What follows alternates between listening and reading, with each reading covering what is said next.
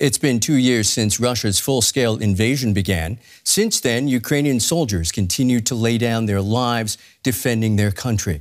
Many thousands of families have been affected, losing children, siblings, and parents, and often their only source of income. DW visited some of the widows of those who have been killed in action. Little Matvey is 2.5 months old, far too young to understand what his mother is going through. On December 28th, the day her son was born, Anastasia learned about the death of his father, Sasha, who had been defending the Donetsk region from Russian forces. The news sent his pregnant wife into premature labour. Because of the stress, I could not give birth on my own, so I had to have a cesarean section. He was born in such a state that he was not even breathing. It was a result of the stress. Anastasia and her son now live in the city of Zhytomyr, where Sasha once dreamed of buying a home for his family. He said, when the war ends or during the war, we will take out a mortgage and buy an apartment and live in Zhytomyr. So we had already settled on Zhytomyr. That's why we buried Sasha here, not somewhere else, but here because he wanted to live here.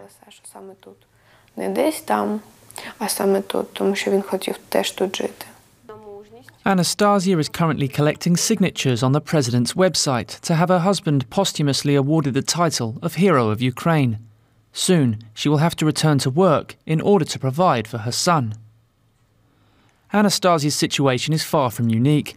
Valentina's husband, Zander, was killed last November. Their newborn daughter, the youngest of 5, was just 4 months old at the time. Coping without him has been a daily struggle. He has always been my support. I always knew he would take care of me and everything would be fine. In any scenario, even after the invasion, I didn't panic because I had a car, fuel, provisions, a plan. He took care of everything, made arrangements with everyone.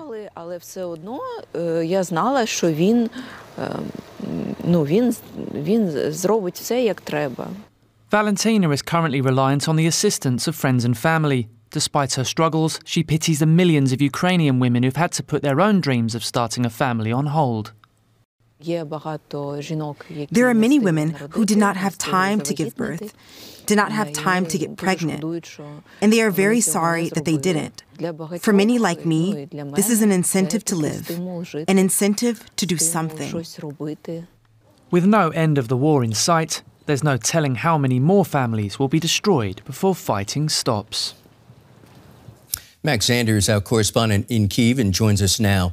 Max, what kind of help can women like Anastasia and Valentina expect from the government?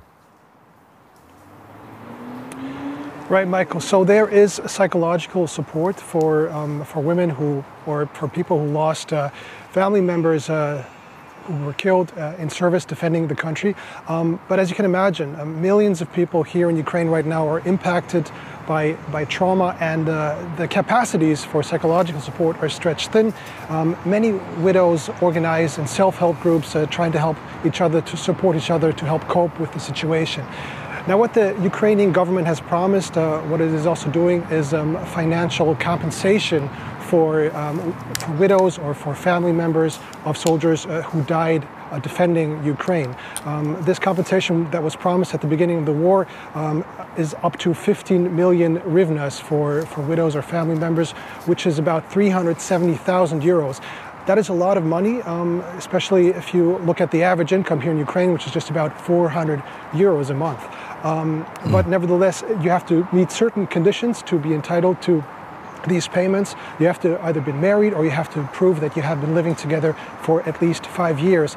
And in addition to that, you have to provide a death certificate, which in many cases is very difficult, with thousands or 10,000s of soldiers missing, expected to be where the whereabouts are not exactly clear, or in cases where bodies couldn't be retrieved from the battlefield due to the ongoing fighting. Max, you know as well as anyone, loss of loved ones is a daily reality for many families in Ukraine. What do we know about the actual number of fallen soldiers? Right, so the number of fallen soldiers, that has been a well-kept secret. In a sense, it still is. The Ukrainian government would not comment on the numbers of fallen soldiers or on injured soldiers until recently. At the end of February, President Zelensky for the first time issued a concrete number. He said 31,000 Ukrainian soldiers had been killed in the fighting. But it's not exactly clear how this number had been calculated. And in addition to that, there are significant gaps between this number and previous estimates were made by organizations or by other countries. For example, just to give you an example, the New York Times last summer already reported that, citing anonymous sources in Ukraine and the United States, at least 70,000 Ukrainian soldiers were believed to have been killed already, though there is no certainty at the moment. But what seems to be clear is that the number of Russian servicemen killed in this war seems to be a lot higher. Ukraine estimates around 180,000 Russian soldiers, were killed. The UK Defense Ministry places this number as high as 350,000 Russian soldiers killed. That is Max Zander in Kyiv. Many thanks, Max.